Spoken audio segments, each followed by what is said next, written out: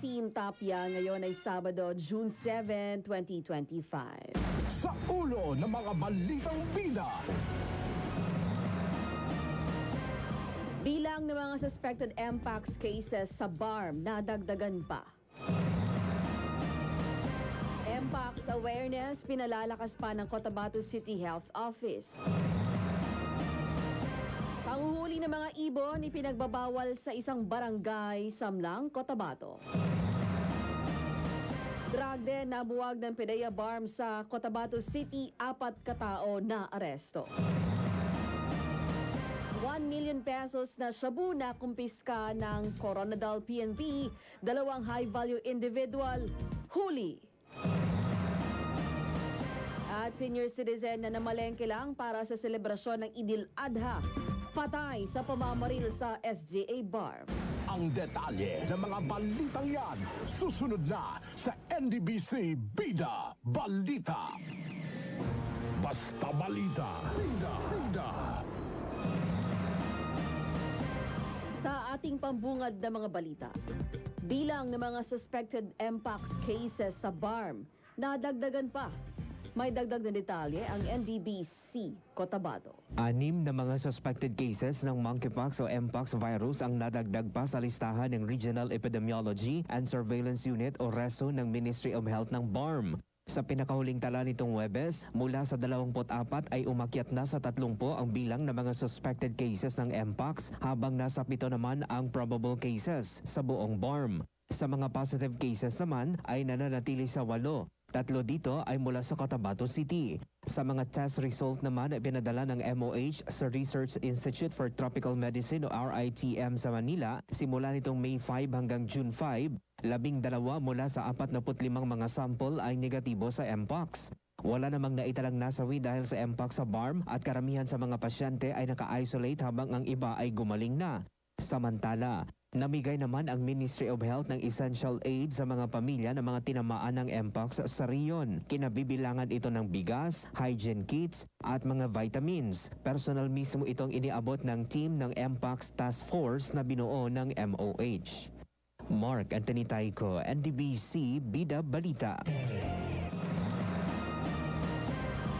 Sa ugnay na balitang yan, Mpox awareness pinalalakas pa ng Cotabato City Health Office. Nagbabalik sa report ang NDBC Cotabato. Pinulong nitong nakaraang araw ng Cotabato City Health Office ang lahat ng mga health workers sa lungsod para palakasin pa ang kaalaman at kahandaan dala na rin sa mga nagpositibo ng Mpox sa lungsod. Ang aktibidad ay pinangunahan ng City Epidemiology and Surveillance Unit kasama ang mga empleyado ng mga primary care facility sa lungsod.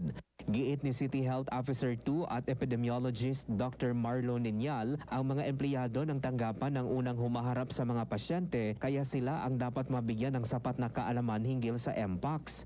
Isa rin sa mga napag-usapan ang kaibahan ng chickenpox at anang Mpox at kung ano ang mga early detection sa pamamagitan ng pagkilati sa mga pasyente.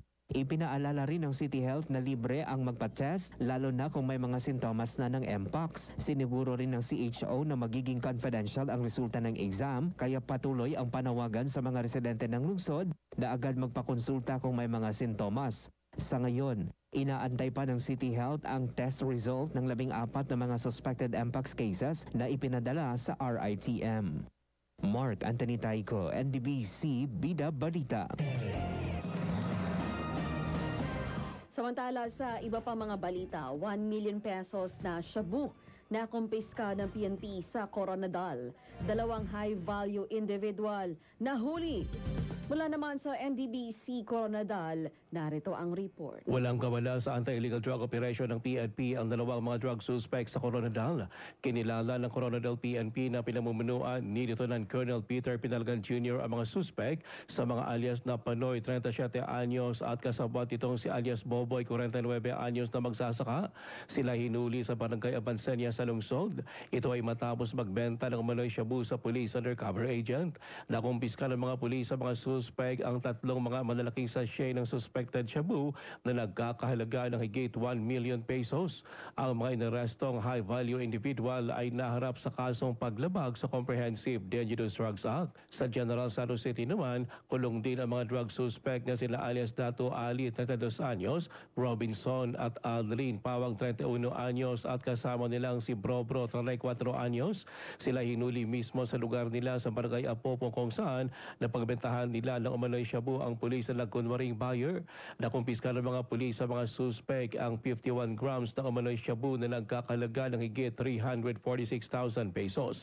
Ang mga suspect na nasa pangangalaga ngayon ng Police Station 2 ng Jensen PNP ay kakasuhan din ng paglabag sa Comprehensive Dangerous Drugs Act. Ruel Usano, NDBC, Bida Balita. Abot naman sa 14 na mga sachet ng pinaghihinalaang shabu ang nakumpiska ng mga tauhan ng Philippine Drug Enforcement Agency o PDEA Bar mula sa isang nabuwag na drug den sa CRMC compound, Barangay Rosary Heights 10 sa Cotabato City. Ang PDEA Maguindanao kasama ang iba't ibang unit ng ProBar ang nagkasanang operasyon kung saan 4 na mga suspect ang nahuli. Sila ay kinilala lang sa alias na Abdul na siyang drug den maintainer, alias Irano, alias Ramini at alias Rino na pawang mga construction worker. Sila ngayon nakakulong na at nakatakdang sampahan ng kaso. Sa iba pang mga balita, Padre de Pamilya na patungong outing nasawi matapos atakihin sa stroke sa tinatawirang tulay sa Santo Niño, South Cotabato.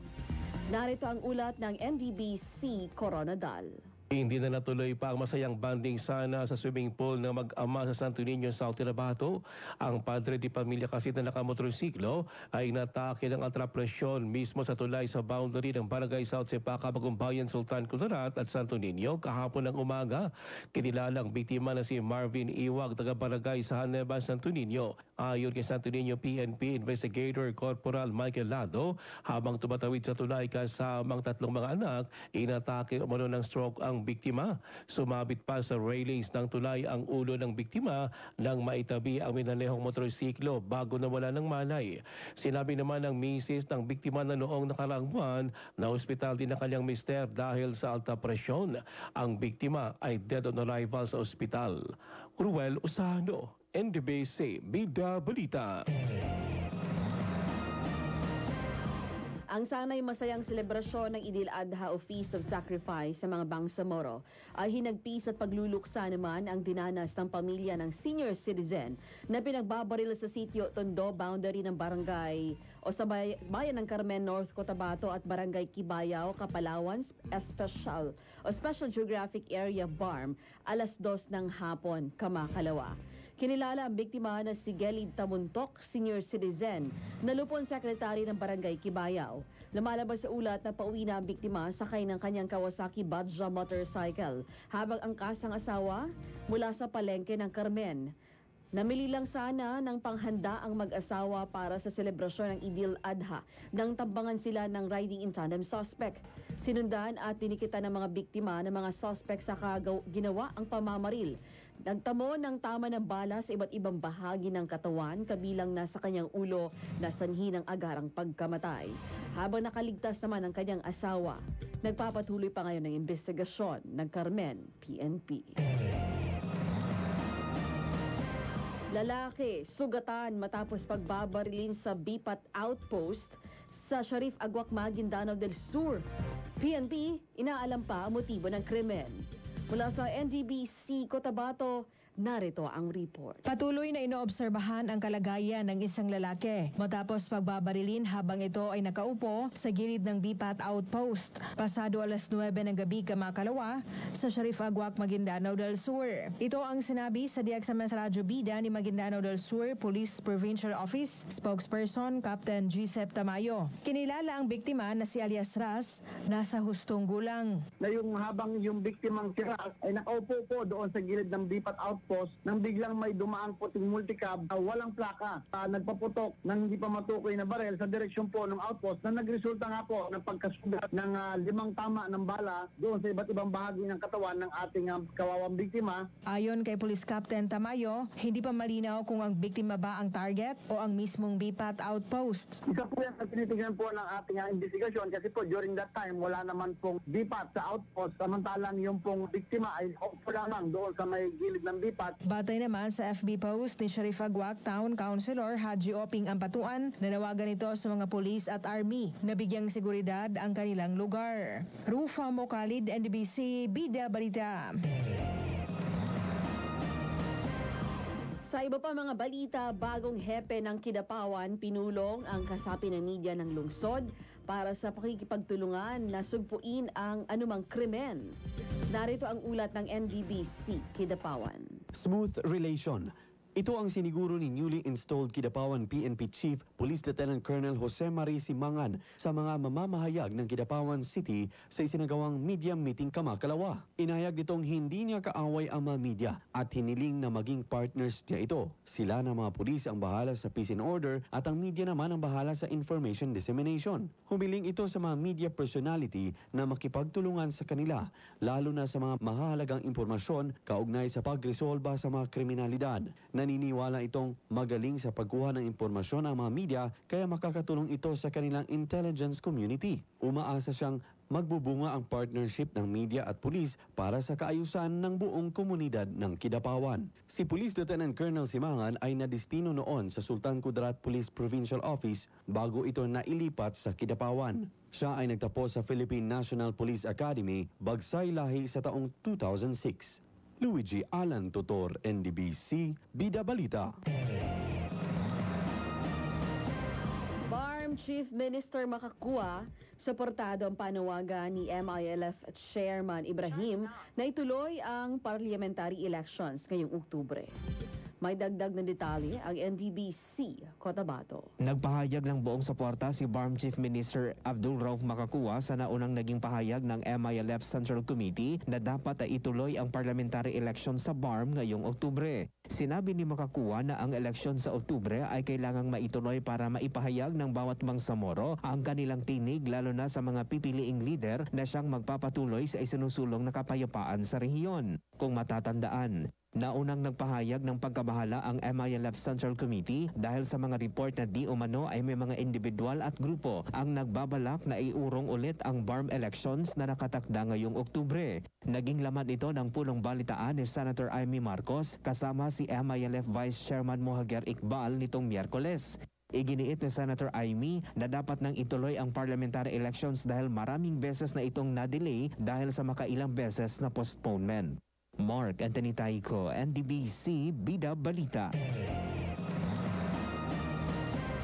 Panguhuli ng mga ibon ipinagbabawal sa isang barangay sa Mlang, North Cotabato upang proteksyonan ng mga migratory birds na naninirahan sa lugar.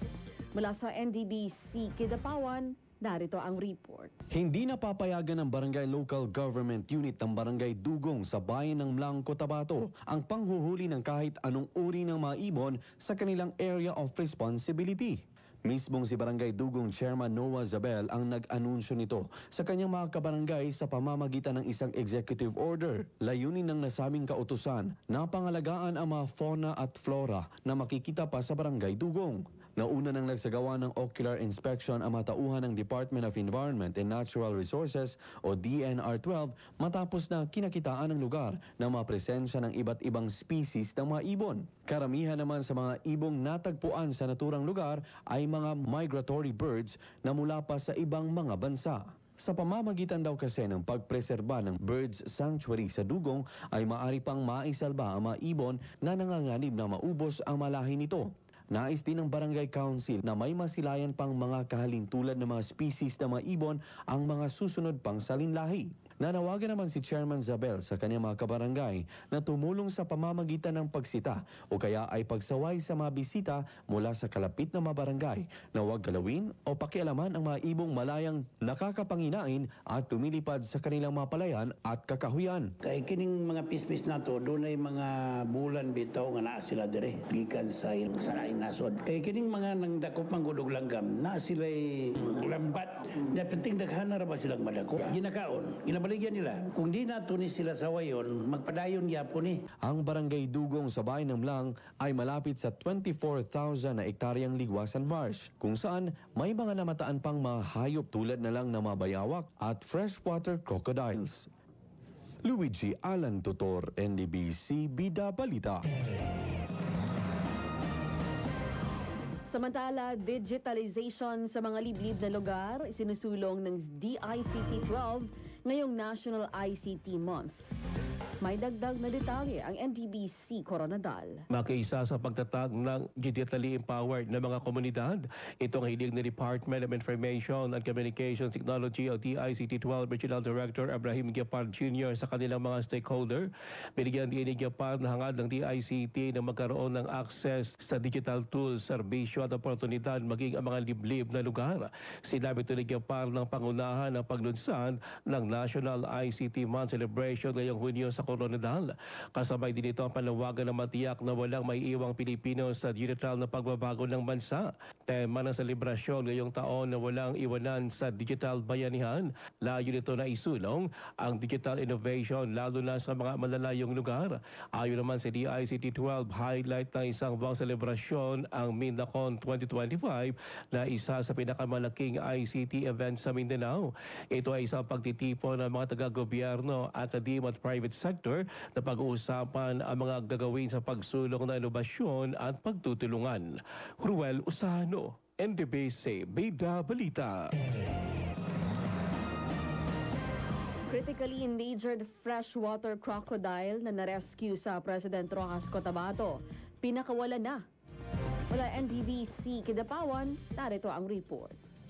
Isang babaeng Philippine freshwater crocodile ang na-rescue ng mga nangingisda sa ilog ng barangay Sarayan, President Rojas, Cotabato nitong nakaraang mga araw. Ang buwaya ay may sukat na mahigit 6 na talampakan ang haba at tumitimbang ng 60 kilo. Batay sa impormasyon, 5 araw na ito nang mahuli at itinali lang ng lubid ang katawan nito. Katagalan ay iniulat nila ito sa barangay sa kanaman humingi ng tulong sa DNR-12 Provincial Environment and Natural Resources Office o PENRO Cotabato para ito ay ma-rescue. Sumailalim sa veterinary assessment ang buwaya sa pangunguna ni Dr. Jessa Del Raimonde at lumalabas na malusog naman ito. Isinailalim ito sa pangangalaga ng USM Wildlife Rescue Center at matapos maobserbahan na nasa kondisyon ang buwaya ay pinakawalan ito sa Ligwasan Marsh sa bahagi ng Kabakan, Cotabato. Ang Philippine freshwater crocodile ay isa sa pinakapambihirang species ng buwaya sa mundo at endemic sa Pilipinas o dito lang matatagpuan. Ito ay nakalista bilang critically endangered ng IUCN Red List. Gayon din ay inuri bilang critically endangered batay sa DNR Administrative Order No. 2019-09. Ang populasyon nito ay tinatayang napakaliit na lang na may natitira na lamang na 72 hanggang 137 na mature na individual. Ito ay protektado sa ilalim ng Republic Act No. 9147 o Wildlife Resources Conservation and Protection Act dahil sa mabanta mula sa pagkawala ng tirahan at aktibidad ng tao. Luigi Alan Tutor, NDBC Bida Balita. Sa iba pang mga balita, South Cotabato top implementer ng ICLI program para sa mga rebel returnees sa Region 12. Pakinggan ang report ng NDBC Coronadal. Kinilala ang lalawigan ng South Cotabato bilang pangunahing implementer ng Enhanced Comprehensive Local Integration Program o ECLIP sa Region 12. Ang award ay iginawad kasabay ng 7th founding anniversary ng Department of National Defense o DND kamakailan lang sa Camp General Emilio Aguinaldo sa Quezon City. Tinanggap mismo ito ni na Provincial Social Welfare and Development Officer Sonia Bautista at Attorney Leia Orencio ng Provincial Legal Legal Office. Ayon kay South Cotabato Governor Rinaldo Tamayo Jr., abot na sa higit 600 mga rebel returnees ang sumuko sa lalawigan. Pero ang kapansin-pansin ayon kay Tamayo, maging ang mga taga-ibang lugar ay pinili na sumuko sa South Cotabato. Naniniwala si Tamayo na ito ay dahil na rin sa livelihood assistance, livelihood support, firearms remuneration at cash aid na ibinibigay sa mga returnee para matulungan na makapagbagong buhay. Kimberly Bandoy, NDBC, Bida Balita. Basta balita. Bida. Bida. Oras sa buong Pilipinas, alas 7:20 ng umaga. Susunod sa NDBC Balita. 7 dating miyembro ng Dawla Islamia na unang sumuko sa militar sa UP Maguindanao del Norte tumanggap ng cash assistance mula sa MPUS BARM. At sa Timra DepEd, Zamboanga City, nananawagan sa publiko na makiisa sa Brigada Eskwela bilang paghahanda ngayong pasukan. Ang detalye susunod na sa NDBC Bida Balita. Aniya ang epektibo nga pamurga sa manok igtatari. Kini ang Vermix Forte nga naisod nga niclosamide aron mamatay ang roundworm. Livamisol para sa pagdugmok sa tapeworm ug albendazole aron mahurot pagpatay ang bito. Purgahan ang inyong manok igtatari sa Vermix Forte. Epektibo na, buinas pa. Ginama kini sa Lakwood Drug Incorporated, 68 at 25 years ang kumpanya nga nag-una sa industriya sa sabong. Ang nagsasabing iniibig ko ang Diyos, subalit napopoot naman sa kanyang kapatid ay isang sinungaling. Kung ang kapatid na kanyang nakikita ay hindi niya magawang ibig, paano niyang maiibig ang Diyos na hindi niya nakikita? Unang liham ni Juan, Kabanata 4, Talata 20. Ang mabuting balita ay hatid sa inyo ng MX3.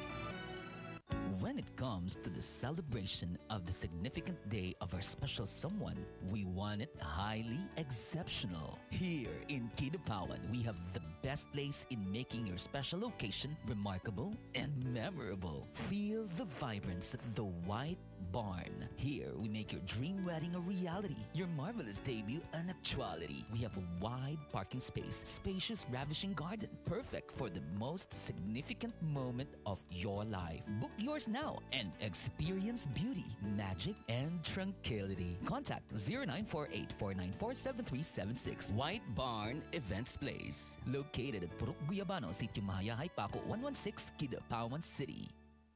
Gabon Herbal Capsule. Inom o Gabon Herbal Capsule. Duha ka capsule kada adlaw 30 minutes before ka mukaon. Atong paminaon ang naayo human miinom sa Gabon Herbal Capsule.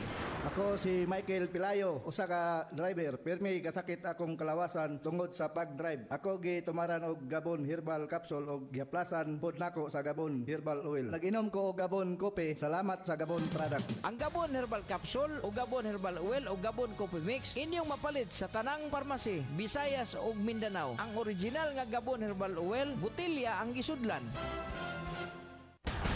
Radyo Bida. Radyo Bida. Dito, Bida ka. Nagbabalik ang NDBC Balita.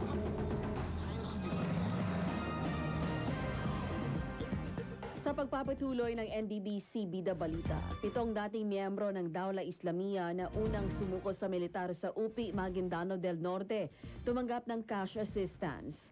Mula sa NDBC Cotabato, narito ang report. Tumanggap ng tig 5,000 piso na cash assistance ang 7 mga dating kasapi ng local terrorist group na Dawla Islamia Hassan Group. Matatandaang nitong nakalipas na araw, sumuko sa tanggapan ng 57th Infantry Battalion sa UP Maguindanao del Norte ang 7 mga individual bit-bit ang kanilang matataas na kalibre ng baril. Sinabi ni Ministry of Public Order and Safety o MPUS BARM Peace Education Division Officer 4 ML Ahmad na layunin ng programa na matulungan ang mga dating rebelde sa kanilang reintegrasyon sa lipunan at mapayapang pamumuhay. Sa kanyang mensahe, sinabi ni Ahmad na bukas ang pamahalaan sa mga nagnanais magbagong buhay. Ipinahayag din niya ang planong isagawa ang peace building training para sa mga sumukong kasapi kung saan tatalakayin ang mga paksa gaya ng building a culture of peace at ang pagsunod sa mga Islamic values. Binigyang diin ni Ahmad ang kahalagahan ng pagkikinig sa mga karanasan ng mga returnee bilang batayan ng mas epektibong nitong mga programa. Dumalo rin sa seremonya sina Maguindanao del Norte OIC Governor Dato Sharifudin Tukaw Mastura, UP Mayor Maria Rona Cristina Piang Flores, Minister Melanio Ulama ng Ministry of Indigenous Peoples Affairs o MIPA BARM at iba pang mga stakeholders. Rufa Mokalid, NDBC, Bida Balita. Profiling ng mga benepisyaryo ng Registry System for Basic Sector in Agriculture ng DA-12, pinalalakas mga LGU, sinanay ng DA kung papaano gawin ito. Pakinggan natin ang report. Ang bahaging ito ay hatid sa inyo ng Department of Agriculture Region 12. Nagtapos sa Registry System for Basic Sectors and Agriculture Profiling Platform for Local Government Units o RSB sub-LGU ang mga kinatuwa ng mga local government units sa Region 12. Ang 3 araw na training sa Coronadal ay pinangunahan ng National Program Management Office o NPMO sa pamamagitan ng Field Operations Office and Information and Communications Technology. Ayon sa DA-12 na pinamumunuan ng Regional Executive Director Roberto Perales, layo dito na matiyak ang maayos na pagpatupad ng RSB sub-LGU system sa rehiyon. Ang hakbang na ito ay bahagi ng patuloy na pagsisikap ng gobyerno na palakasin ang pamamahala ng datos sa agrikultura at mapabuti pang paghatid ng serbisyo sa mga magsasaka. Sa pamamagitan ng RSB sub-LGU, magkakaroon ng mas epektibong pag-update at verifikasyon sa mga profile ng mga magsasaka. Natitiyak naman na ang mga datos sa agrikultura ay tumpak, maaasahan at napapanahon. Inaasahan na ito ay magpapahusay sa pagplano at paghatid ng mga programang sumusuporta sa mga magsasaka at mangingisda sa Rehiyon 12. Ruel Usado, NDBC, Bida Balita. Ang bahaging ito ay hatid sa inyo ng Department of Agriculture Region 12. Ang bahaging ito ay hatid sa inyo ng MX3 Capsule and Tea, ipinamamahagi ng DMI Medical Supply. Tingog, Mindanao. Sa Zamboanga City, hinihikayat ng Department of Education Division Office sa mga magulang at guardian ng mga bata na papasok sa pasukan na magpatala ng maaga para sa school year 2025-2026. Ayon kay DepEd Zamboanga Project Development Officer at Division Information Officer Dorly Eliza Pobletin, mahalaga ang maagang pagpaparehistro at ang aktibong partisipasyon ng komunidad sa paghahanda para sa Brigada Eskwela. Ang Brigada Eskwela gaganapin mula June 9 hanggang 13 bilang paghahanda sa opisyal na pagbubukas ng klase ngayong June 16, 2025. Ang Brigada Eskwela ay isang linggo programa kung saan magtutulungan ang mga magulang, guro, mag-aaral at iba pang miyembro ng komunidad upang maglinis at mag-ayos ng mga paaralan bago magsimula ang klase. Sa Kapalong, Davao del Norte na mahagi ang Department of Agriculture Region 11 ng 5.9 million na halaga ng mga input na pang-agrikultura sa mga magsasaka. Ang tulong ay nakatuon sa mga naapektuhan ng trough ng Tropical Low Pressure Area at shear line noong nakaraang taon. Ayon pa sa DA-12 Regional Director for Operations Marie-Ann Constantino na mga ayuda ay mula sa Quick Response Fund ng ahensya.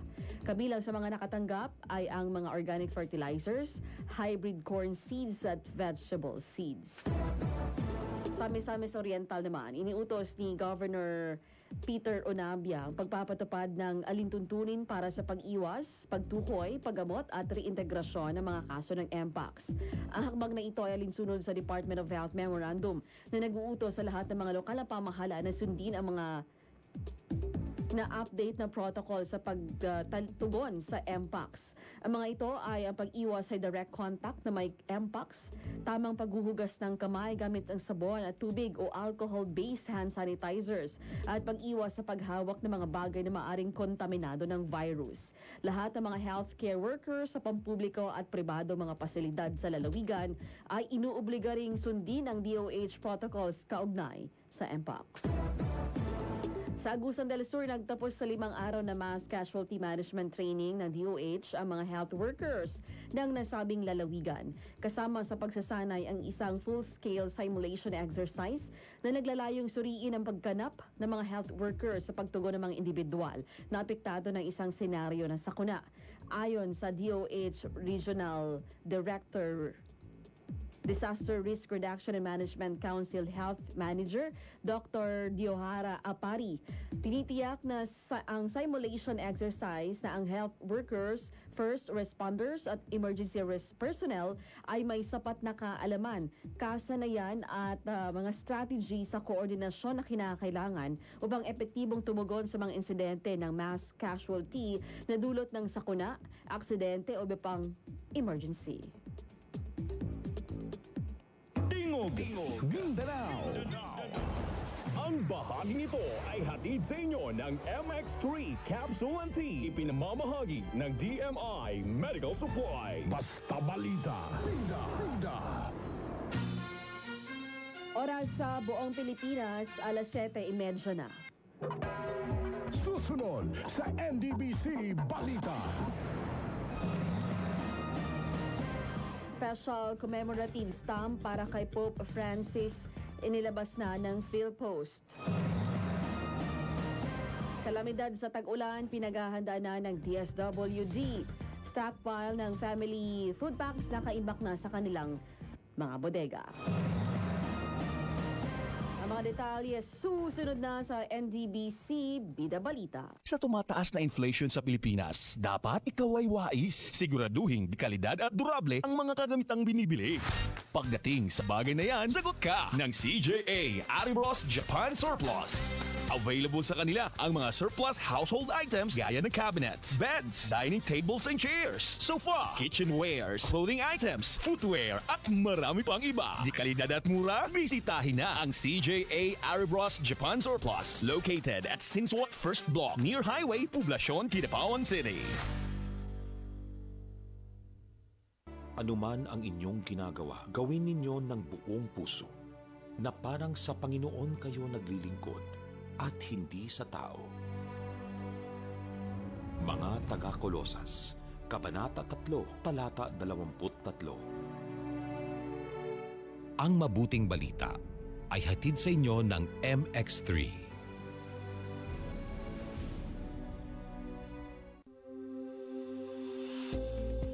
Good news to the people of Kidapawan and neighboring towns.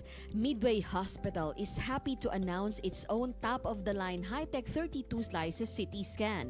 And also, we are announcing the arrival of our 2D Echo machine. Midway Hospital maintains its commitment to provide the most affordable and quality medical services for everyone.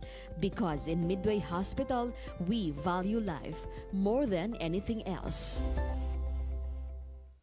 Gabon Herbal Capsule. Inom o Gabon Herbal Capsule. Duha ka capsule kada adlaw, 30 minutes before ka mukaon. Atong paminahon ang naayo human miinom sa Gabon Herbal Capsule. Ako si Alia Liamas, taga Nuklarin Bansalan, Davao del Sur. Ako nagsusulang akong dugo ni normal na jud. Mao jud niya ang akong maintenance nga kapsula nga Gabon. Ang Gabon Herbal Capsule o Gabon Herbal Oil o Gabon Coffee Mix inyong mapalit sa tanang parmasi, Visayas o Mindanao. Ang original nga Gabon Herbal Oil, butilya ang gisudlan.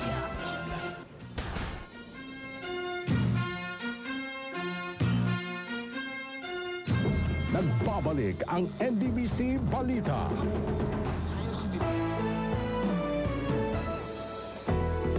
Sa pagpapatuloy ng ating mga balita, naglabas ang Philippine Postal Corporation ng isang special commemorative stamp bilang pagkilala kay Pope Francis. Sinabi ni PhilPost Postmaster General at Chief Executive Officer Luis Carlos na ang inisyatibang ito ay isang mapagkumbabang paraan upang parangalan ang isang pandaigdigang relihiyosong figura na nakaapekto sa hindi mabilang na buhay, kabilang na ang milyong-milyong Pilipino. Kabo ang 20,000 na kopya ng commemorative stamp ang naiprenta at nakatakdang i-release bilang bahagi ng pagunita ng Yumaong Santo Papa. Isinisisi ni Health Secretary Teodoro Herbosa sa impluwensya ng online pornography, dating apps na mayroong sexual service ang pagtaas ng kaso ng HIV sa bansa. Sinabi niya na masyadong maluwag ang access ng publiko sa mga porn hubs sa internet, gayon din sa mga dating apps. Karamihan anya sa mga HIV ay mga kalalakihan, kaya dapat anyang isama rin sa batas ang testing sa mga ito. Dagdag pa ni Herbosa, mga female sex worker lamang ang inoobligang magpasuri, kaya hindi nababantayan ang kalusugan ng mga lalaki. Nakapreposisyon na ang sa higit 900 na mga bodega ng DSWD sa bansa ang family food packs bilang paghahanda sa paparating na bagyo at pagsisimula ng tag-ulan. Sinabi ni DSWD Secretary Rex Gatchalian na ipinatutupad ng DSWD sa buong bansa ang buong bansa handa o BBH. Kaya may 3 million stockpile para sa mabilis at efficient disaster response operations ng ahensya.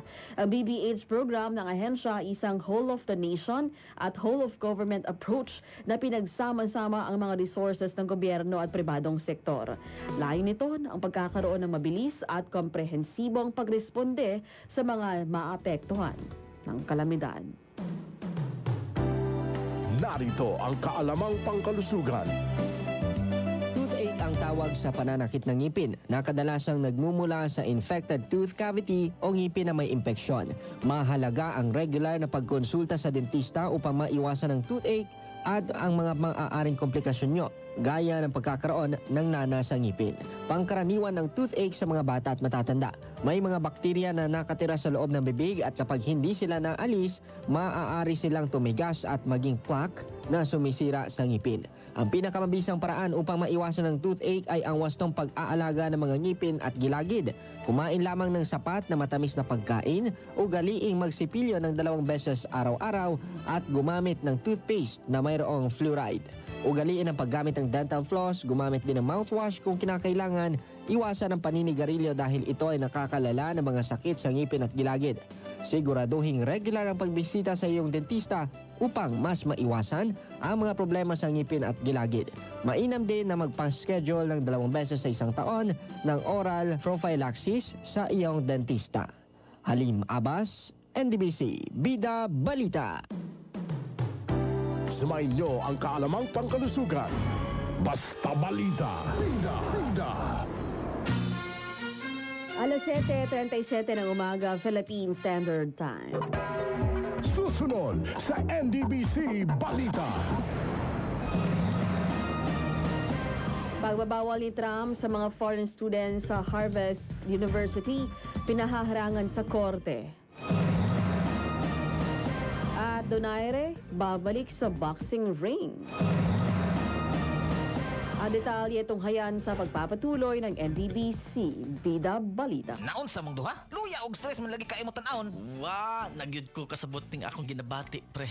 Daghan nagay kong doktor nga giadtuan. Klase-klase nga tambal na akong gipangtumar. May kadali, pero mapalik na sad. Na ako, daghan sad kay ko ginabati pero ako rang gidala-dala. Mao ba mari? Na, ayaw kumpiyansa ana. Testingin ninyo sa J3 Health Watch. Naga-patient counseling jud na sila. Mas masabtan ninyo og naunsa ang inyong mga lawas. Espesyalista na sila sa integrative and naturopathic medicine. Dito na gikan, maong buyang, himsog na dyan akong paminaw. Bisitahin ang opisina ng J3 Health Watch Clinic para magpa-general check-up sa mura at mabisang paraan. Matatagpuan malapit sa Iglesia ni Cristo sa Old PC Barracks bago First Block o kaya tumawag sa 0998-974-4726 para magpa-appointment. Wala kang di malalampasan pag may tiwala sa sarili. Tagay na sa swabing lasa at hagod ng Tanduay Rum. 170 years nang naniniwala sa tibay ng Pinoy. Ang tunay na matibay, may tibay Tanduay. Drink responsibly. Tibayan ang Tagay tuwing tag-init. Tagay Tanduay. Drink responsibly. To become more beautiful is no longer a dream. Achieve it here at Timeless Beauty by Yen Dapal. All your semi-permanent makeup needs are available like brows, lips, and eyeliner. For hopeless acne scars and acne breakout, we got you covered. Advanced Pico Pro laser treatments for all skin types for whitening of dark areas. We also offer Diode Laser, the gold standard permanent body hair removal. And a must-try Hydrolox facial for deep cleansing, skin tightening while hydrating your skin. Avail our most sought-after Sakurahiko nose enhancement, varicose vein treatment, Botox, fillers, and thread leaf treatments. Glutadrips suited for your preference. Because everybody deserves to be beautiful regardless of your status and age. Only here at Timeless Beauty by Yen Dapal. Visit us at Quezon Boulevard National Highway, landmark Kidapawan City near Spotswood Methodist. Contact 0917-770-4850. Visit our FB page, Timeless Beauty by Yen Dapal. Radyo Bida. Radyo Bida. Nagbabalik ang NDBC Balita. Bilang pagtutuwid sa naunang report kanina, Harvard University. Pinaghahandaan ng Harvard University sa korte ang proklamasyon ni US President Donald Trump na nagbabawal sa mga international students na mag-aral sa nasabing universidad. Ayon sa Harvard, iligal ang kautusan at labag sa batas dahil hindi ito suportado ng sapat na ebidensya ukol sa national security. Tinawag naman ni White House spokesperson Abigail Jackson ng Harvard na hotbed sa anti-American at anti-Semitic at pro-terrorist agitator. Giit naman ng paaralan ang paghihigante ng administrasyon sa pagtutol ng nasabing university sa mga pulisiya nito. Balitang Sports. Hindi pa tapos sa boxing ang 42 years old na si Nonito Dodaire katulad ng kapwa Pinoy boxing great na si Manny Pacquiao. Nagbabalik sa ring ang dating 4-division world champion pagkatapos ng halos 2 taon at tulad din ni Pacquiao, ito ay para sa isang world title. Inihayag ng World Boxing Association na makakalaban ni Dodaire si Andres Campos sa Chile para sa WBA interim bantamweight title sa Casino Buenos sa Argentina sa ngayong June 14. Balitang Sports. NDBC Weather Update. Ang ulat sa kalagayan ng panahon ay hatid sa atin ng Ministry of Science and Technology at Provincial Science and Technology Center Maguindanao del Norte sa pamumuno ni Acting Minister Jihan Yusof. Inaasahan ang magaan hanggang sa katamtamang pag-ulan ngayong araw sa Maguindanao del Norte, Maguindanao del Sur, at Cotabato City maging sa Sultan Kudarat. Ang mga pag-ulan na ito ay maaaring magtagal ng 12 oras at maaaring makaapekto sa mga kalapit na lugar. Batay sa pinakahuling datos, ang low pressure area o LPA ay tinatayang nasa 340 kilometers hilagang silangan sa Virac, Catanduanes. Ang southwest monsoon o habagat ay patuloy na nakakaapekto sa kanlurang bahagi ng bansa, kabilang ang Zamboanga Peninsula, Barm at maging sa Soc-Sargen. Dahil dito inaasahan ng maulap na kalangitan na may kalat-kalat na pag-ulan at pagkidlat, pagkulog sa mga nasabing lugar. Posible rin magkaroon ng flash floods o landslides dulot ng katamtaman hanggang sa paminsalang malakas na pag-ulan. Ang mga residente na nakatira malapit sa bundok at dalisdis, pati na rin sa mga mababang lugar, ay pinapayuhang mag-ingat at maghanda laban sa posibleng panganib dulot ng masamang panahon. Ang inyong napakinggan na ulat panahon hatid sa atin ng Ministry of Science and Technology at Provincial Science and Technology Center Maguindanao del Norte sa pamumuno ni Acting Minister Jihan Yusof. NDBC Weather Update. NDBC Bida Balita. Alas 7:43 ng umaga, Philippine Standard Time. At sumainyo ang NDBC Bida Balita ngayong Sabado. 7 na para sa buwan ng Hunyo ng taong 2025. Ako po si Cherry May Exim Tapia hanggang sa susunod na balitaan. Maraming salamat at mapayapang umaga sa ating lahat. Radyo Bida, mas malakas, mas malinaw. Radyo Bida, 747 sa iyong mga bigitan. Dito, Bida ka.